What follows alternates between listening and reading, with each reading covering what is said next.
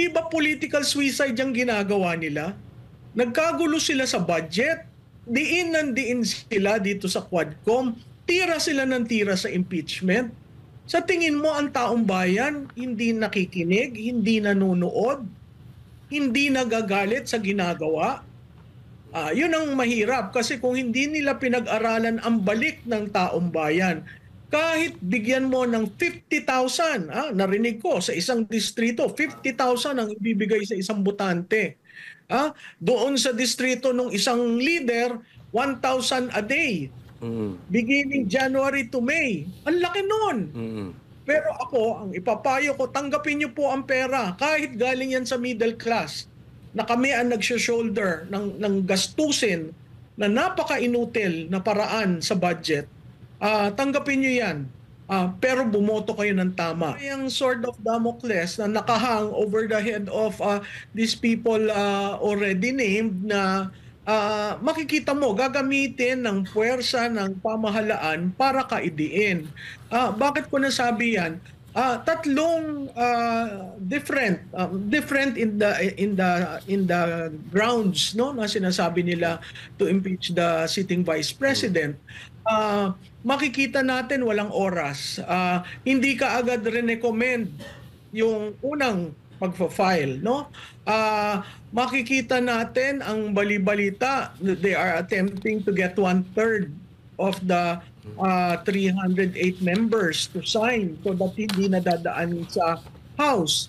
Pero nag-adjourn sila, ang balik nila ay second week of January at tapos mag-a-adjourn sila for the election. So kung titingnan mo ilang session days yon, siguro 6 na session days sa January at 3 session days or 6 rin, so 12 days.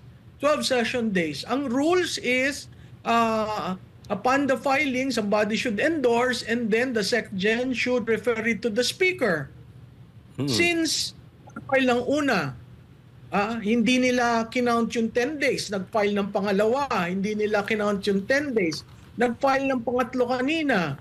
Hindi naman rene-refer, no? Ang sinasabi lang dun sa press release ng SecGen for accountability and transparency purposes.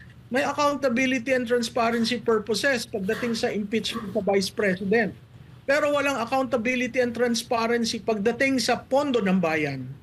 So makikita mo agad, no? Ang propaganda, ang political levers ay ginagamit para idiin ang isang grupo. Wala nang fairness. Ididiin at ididiin. Ngayon, nung sinabi ni Presidente, hindi ako pabor dyan. So maraming mga congressman ang medyo sandali lang. Nagsalita si Presidente. It was a text that became policy. Saan ka naman nakakita ng gobyerno? Nag-text sa isang congressman, pinick up ng isang journalist at rinibil. Tapos lang nagsalita ang Pangulo na oo, ako yan. Ganun na ba ngayon ang presidential communication na hindi nyo pwedeng idiretso sa taong bayan at hindi niya pwedeng gawin at sabihin sa kanila na in a formal presidential pronouncement that I am not for impeachment. Let's stop that. Sinabi lang nila after rumilis yung text. So makikita mo, sa katulad nga ng parati kong sinasabi, sa politika lahat yung plano. Hindi basta-basta nangyayari na hindi planado. So ito, planado ito. Katulad rin yung mga impeachment,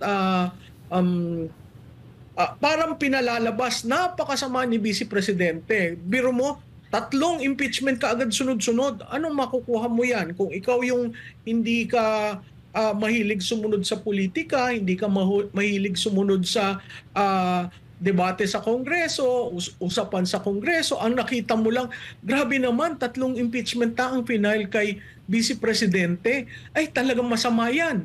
Diba? Yun kaagad, optics. So kung ganun ang kung na hindi pa pinag-uusapan, ano ba yung mga charges? Talagang court of public opinion. Professor, ito kayang third complaint kasi ito nagiging di umanong excuses nila dahil wala pang pumipirma eh. Sabi nung isang convicted congressman na may mga pledges pero wala pang pirma. At yung iba sinasabi, inaantay namin yung third complaint. No? I mean, talaga ba ina-apply nila ito? Kasi pwede naman ito i-fast forward, more or less, kung makakuha sila ng pirma na 106 na signatures, no? Di ba? So, hindi kaya excuses na lang nila ito, hindi talaga nila kaya impeachment dahil alam nila mabango pa ang mga Duterte at syempre parang pumirma ka ng political suicide kung isa ka doon sa mga sa pipirma. Coach Oli, tama ka dyan. Yung obserbasyon na yan, I share that kasi kung titingnan mo rin ng attendance sa mababang kapulungan, ninipis. Marami nandun sa opisina nila, hindi bumababa. Nakita naman natin nung bago nag-adjourn ang Kongreso, nagsalita ang speaker, ilan lang doon. Alam mo sa political institution, maraming nagmo-monitor eh. So maraming nanonood dyan at nag-oobserba. So makikita natin yung ginagawa dyan sa impeachment. Mahirap mong i-consolidate yan tatlo.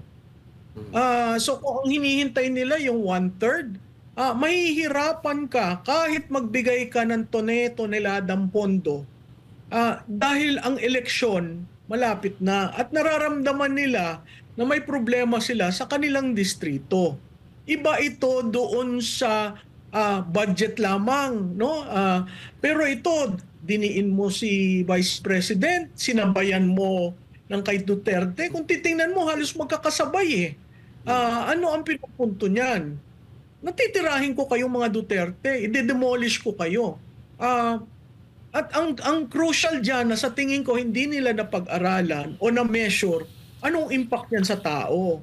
Alam mo, ang realidad dyan, tumataas ang bilihin, tumataas ang tubig, tumataas ang elektrisidad, tataas ang toll fee. Lahat magtataasan by January. Tapos nagkagulo sila sa budget. Diba? Di ba political suicide yung ginagawa nila? Nagkagulo sila sa budget, diin sila dito sa Quadcom, tira sila ng tira sa impeachment.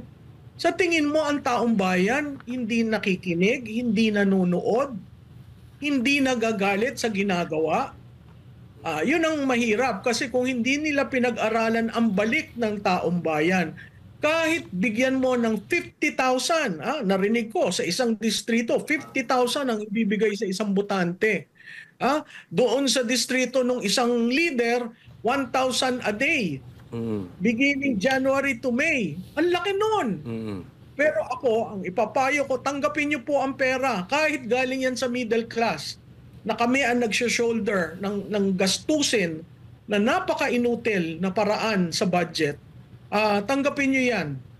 Pero bumoto kayo ng tama. Dahil ngayon nyo maririnig ang taong bayan, ngayon nyo mapaparinig sa kanila kung anong uri ng politika meron sila. Prof, ito pa, isa pa to. Speaking of political suicide, itong mga pinapakontempt at mga pinagsisigawan na general, mga men in uniform, na akala mo ay sila ay akusado or guilty na, di ba? Ano pong masasabi niyo dito sa inahul na epekto nito kahit na ikaw ay hindi parte ng Quadcom kasi marami pong tahimik ngayon eh. And ang tao nanguhula, sino ba? Sino ba dito? Ito ba parang ang labas ngayon? Ito ba ay Duterte or ito ay Martin? Parang ganun na lang eh. Prof. Alam mo, Coach Oli, nakakalungkot yan. Kasi yung tinitira nila, nanilbihan. I mean, they threw their life on a profession they chose. Katulad yung si Wilkins Villanueva. Meron pang isang colonel na ngayon yata na contempt at nandyan pa rin sa House of Representatives. Grialdo, oo. Ako kay Grialdo, saludo ako dahil nagsalita siya, nagpakatotoo siya sa Senado. Biro mo, may kwan sa balikat at lahat, kukunin mo at ilalagay mo daan sa House of Representatives. Ano ba ngayon ng House of Representatives? Korte? Prison? Diba? Nakakalungkot yan. Lalo na dun sa mga kongresistang animo ay Diyos na kung makapagtanong at suminghal akala mo sila parati ang tama. Nalulungkot ako doon dahil para bang binubusabos ang lahat na pumupunta diyan sa Quadcom. Ah, Paano nagkaganito ang uri ng ating politika?